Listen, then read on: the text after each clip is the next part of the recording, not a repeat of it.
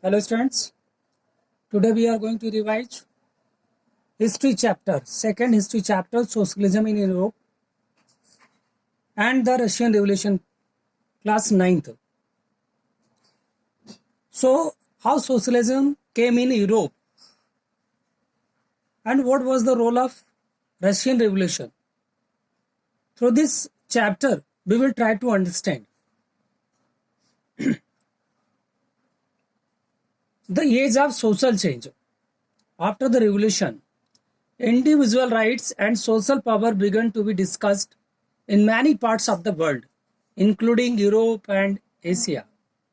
Colonial development reshaped ideas of societal change, but everyone was not in favor of the complete transformation of society. Through the revolution in Russia, socialism became one of the most significant and powerful ideas to shape society in the 20th century. Some were conservatives, while others were liberals and radicals. Liberals who wanted a nation which tolerated all religions. They were against the uncontrolled power of the dynastic rulers. They wanted rights for individual. They argued for an elected parliamentary government, subject to laws interpreted by the well-trained judiciary that was independent of rulers and officials. They were not Democrats because they did not believe in the universal adult franchise. Radicals who wanted a nation in which government was based on the majority of country's population. They disliked concentration of property in the hands of a few, not the existence of private property. Conservatives, such people, those who believed in the change after the revolution, they started accepting change provided it was slow and had links and respected the past. Industrial society and social change.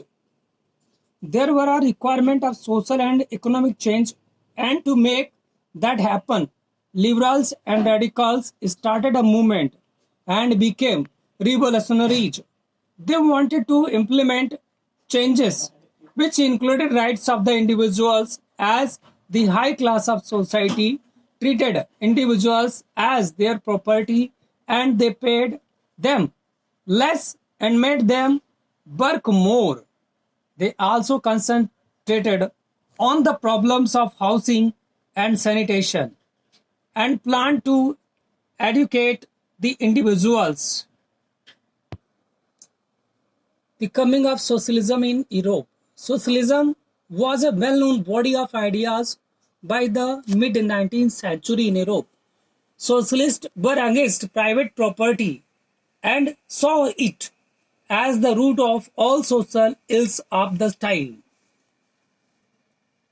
They wanted to change it and campaigned for it.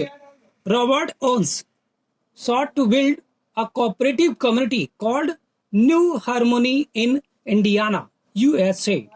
Louis Blanche wanted the government to encourage cooperatives and replace capitalist enterprises.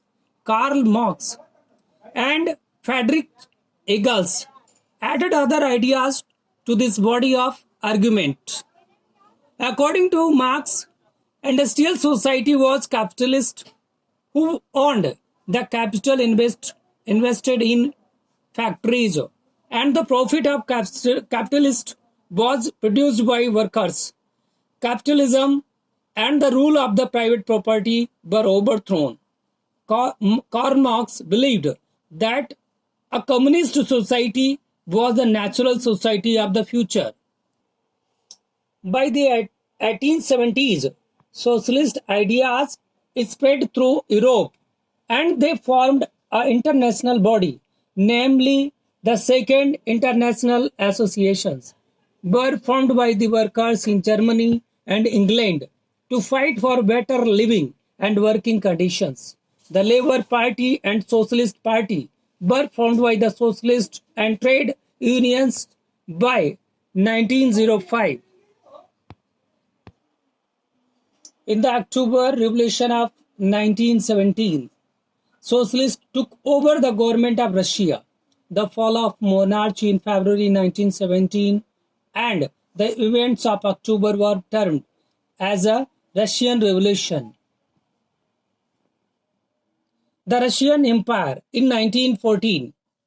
In 1914, Russia was ruled by Tsar Nicholas II and its empire.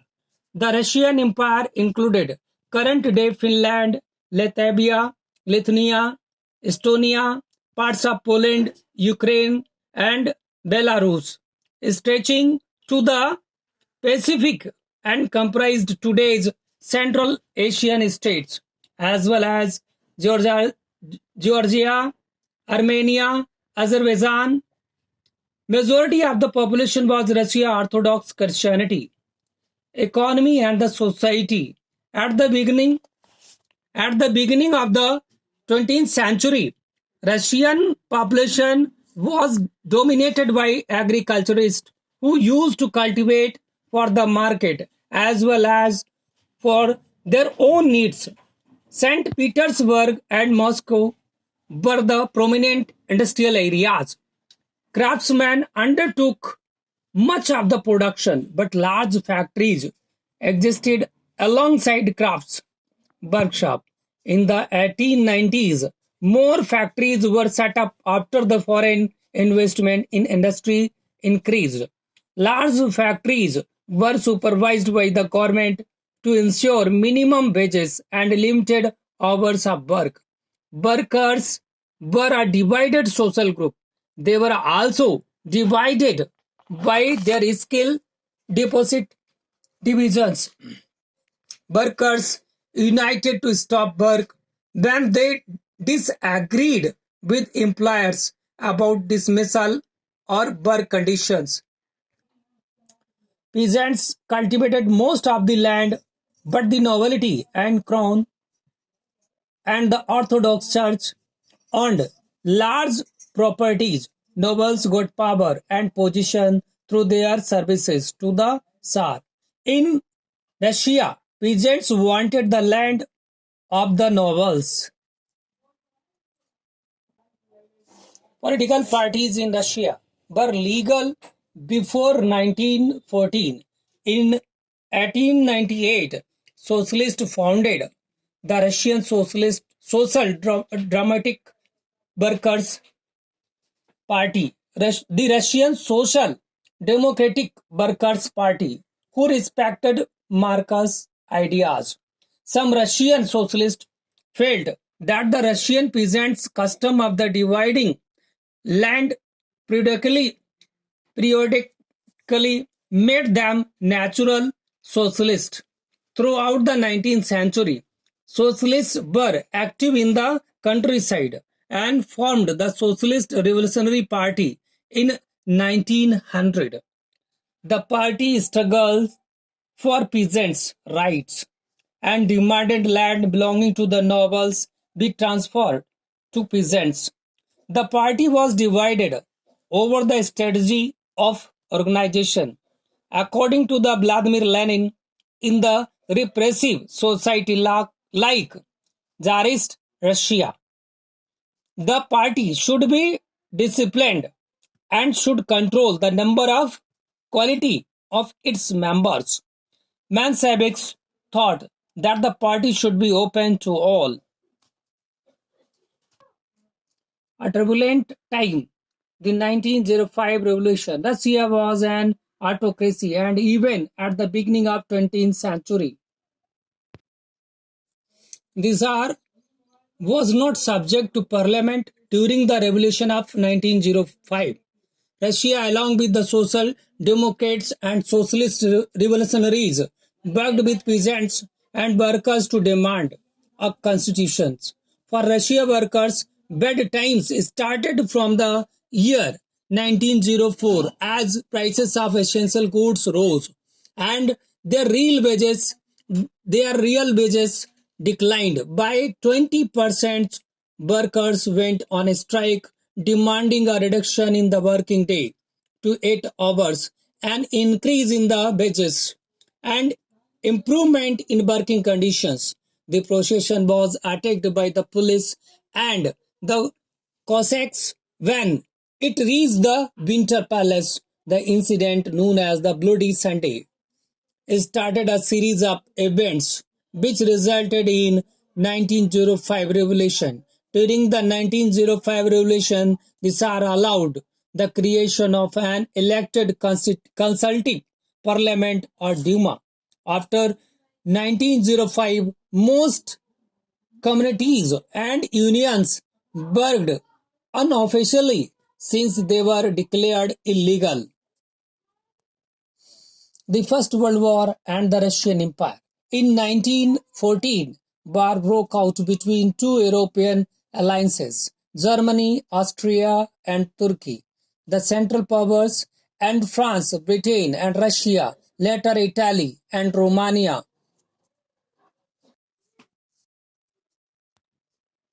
This was the First World War. The war became popular, and as it continued, the Tsar refused to consult the main parties in the Duma. Support bore thin. The First World War was different on the Eastern Front and on the Western Front. Between 1914 and 1916, Russian army lost badly in the Germany-Austria. Russian army destroyed crops and buildings to prevent the enemy from being able to live off the land. The country was cut off from other suppliers of industrial goods by German control of the Baltic Sea. Railway lines began to break down by 1916. For the people in the cities, bread and flour became scarce. By the winter of 1916, riots at bread shops were common. Petrograd city is divided among its people. On the right bank of the river Neva, workers' quarters and factories were located, and on the left bank, located fashionable areas such as the Winter Palace and officials building. Food storage deeply affected the workers' quarters. On the right bank, the factory was shut down on the February 22. Women also led the way to strikes, and it is called International Women's Day. The government imposed a curfew as the fashionable quarters and officials buildings were surrounded by workers. Duma was suspended on 25th February. The streets thronged with demonstrators raising slogans about bread, wages, better hours, and democracy. The government called out the cavalry, but they refused to fire on the demonstrators. Soldiers and striking workers gathered in to form a Soviet or council in the same buildings as the Duma met, and it is termed as the Petrograd Soviet. Soviet leaders and Duma leaders formed a provisional government to run the country.